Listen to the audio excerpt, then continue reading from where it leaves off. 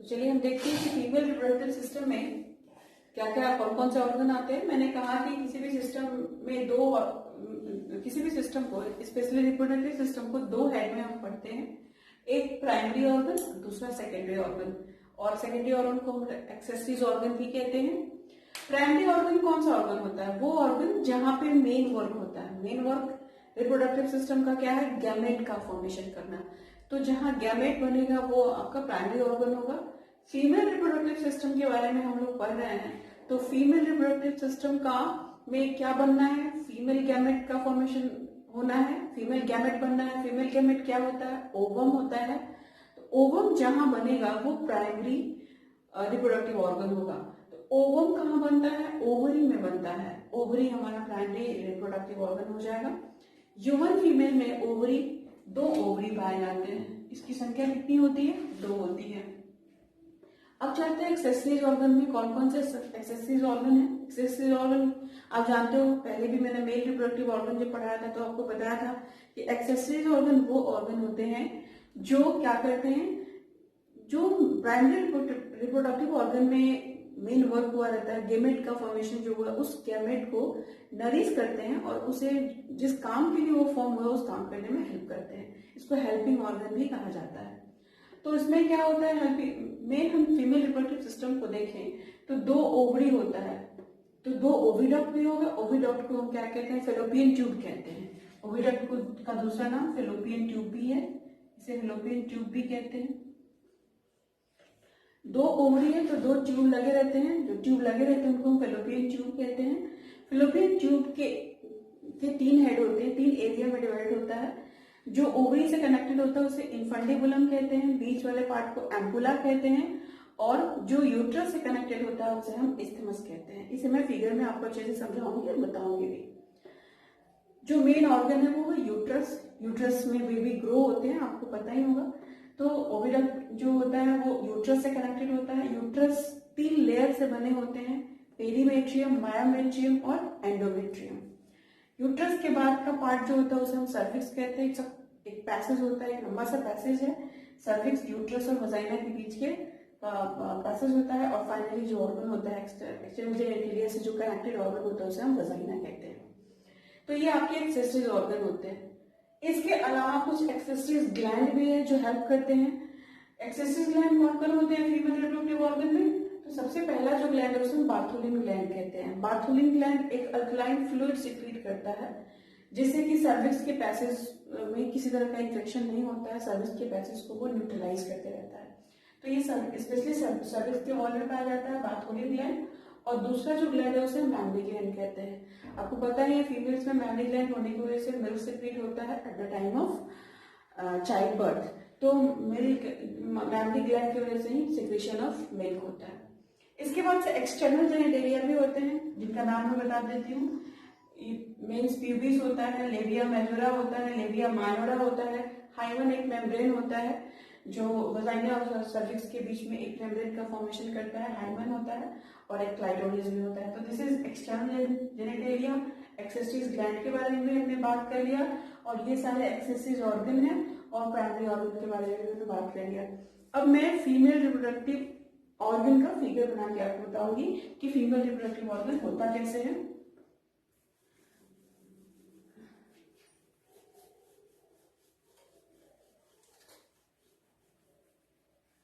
Female reproductive organ जो है system, जो बेसिकली हमारे लोअर एब्डोमेन में पाया जाता है, और एक पियर शेप स्ट्रक्चर होता है। यूट्रस क्या होता है? पियर शेप, उल्टे पियर शेप का स्ट्रक्चर होता है, जिसे आप देख सकते हो। हम ऐसे बना सकते हैं, बहुत सिंपल है, आप भी बना सकते हो। इसलिए इसको प्रैक्टिस करोगे तो इसलिए बन जाएगा।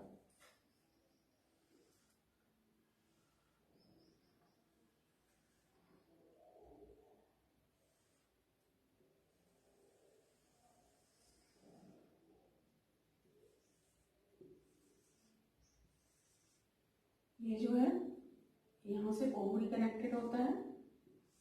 ये भी हमने बात की कि दो ओवरी पाए जाते हैं जहां से वोम का सिक्रेशन होता है, और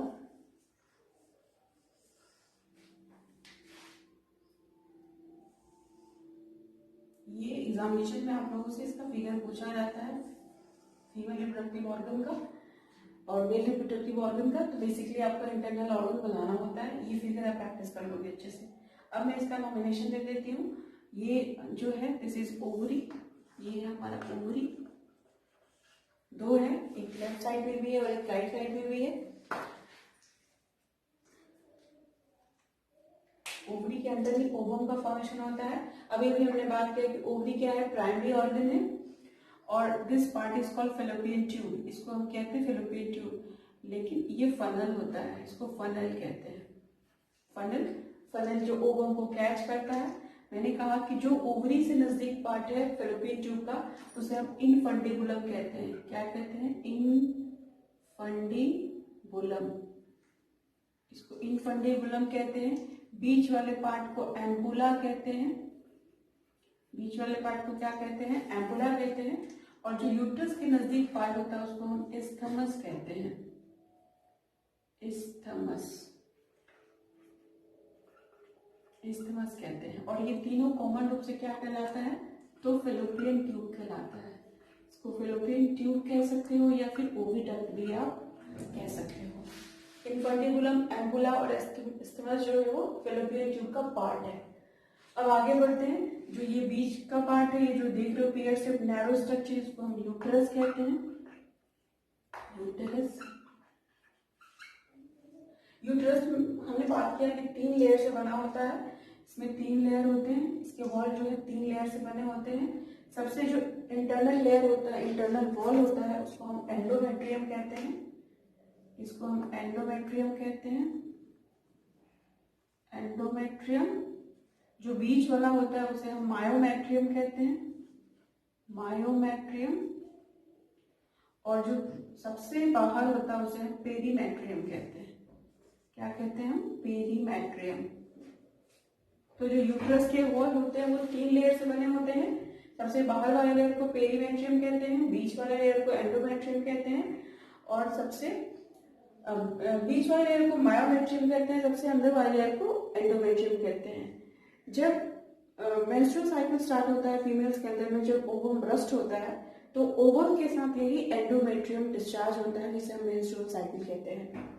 अब आगे बढ़ते हैं। ये जो पार्ट होता है यूट्रस के नीचे वाला जो पार्ट होता है काफी मॉस्कुलर होता है, इसको हम कहते हैं सर्विक्स, इसे हम कहते हैं सर्विक्स। एंड वजाइना जो है एक्सटर्नल जेनिटलिया के अंदर में आ जाता है। एक्सटर्नल जेनिटलिया के बारे में भी हमने बात की, सारे ऑर्गन और वजाइना मिलके। वजाइना एंड सर्विक्स ये दोनों जो होते हैं ये कॉमन चैम्बर है, इसको बर्थ कैनाल भी हम कहते हैं।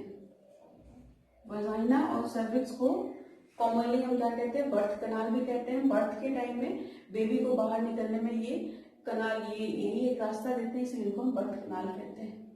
अब देखिए आपका ये फीमेल रिप्रोडक्टिव सिस्टम है, मैंने हर चीज आपको क्लियर बता दिया है, और फिर से मैं इसको रिवाइज करवा देती हूँ आपको। एक फीमेल रिप्रोडक्टिव सिस्टम के अंदर में 2 ओवरी होते हैं, लेफ्ट और राइट, है ना। दोनों ओवरी से एक बार में ओवम रिप्रोड्यूस नहीं होता, अल्टरनेट। इस महीने इस ओवरी से इस ओवम से ओवरी रिप्रोड्यूस होगा, अगले महीने इसे अल्टरनेट करके ये ओवम रिप्रोड्यूस करते हैं, ओवम बनाते हैं, ओजिनेसिस करते हैं। ओवम जो है डिस्चार्ज होने के बाद फनल के द्वारा कैच कर लिया जाता है। It's a part of fallopian tube. Funnel से ये इनफंडिबुलम से होते हुए एम्पुला और इस्थमस से होते हुए फाइनली वो यूट्रस में आता है। यूट्रस में जैसे ही आता है उसको एंडोमेट्रियम, मायोमेट्रियम, पेरीमेट्रियम के द्वारा न्यूट्रिशन प्रोवाइड किया जाता है। अगर फर्टिलाइजेशन नहीं हुआ तो ये हर 28 दिन पे डिस्चार्ज हो जाता है और डिस्चार्ज होकर बस्ट हो जाता है और फिर एंडोमेट्रियम के साथ शरीर से बाहर डिस्चार्ज हो जाते हैं, जिसे हम मेंस्ट्रुअल साइकिल कहते हैं। इसे हम और भी डीपली पढ़ेंगे जब हम oogenesis पढ़ेंगे गेमेटोजेनेसिस के अंदर में। तो आज के लिए इतना ही। आपने मेल रिप्रोडक्टिव सिस्टम को भी समझ लिया और फीमेल रिप्रोडक्टिव सिस्टम को भी समझ लिया। नेक्स्ट वीडियो में हम लोग गेमेटोजेनेसिस के बारे में पढ़ेंगे। इससे रिलेटेड कोई भी क्वेरी है तो आप मुझे कमेंट कर सकते हो।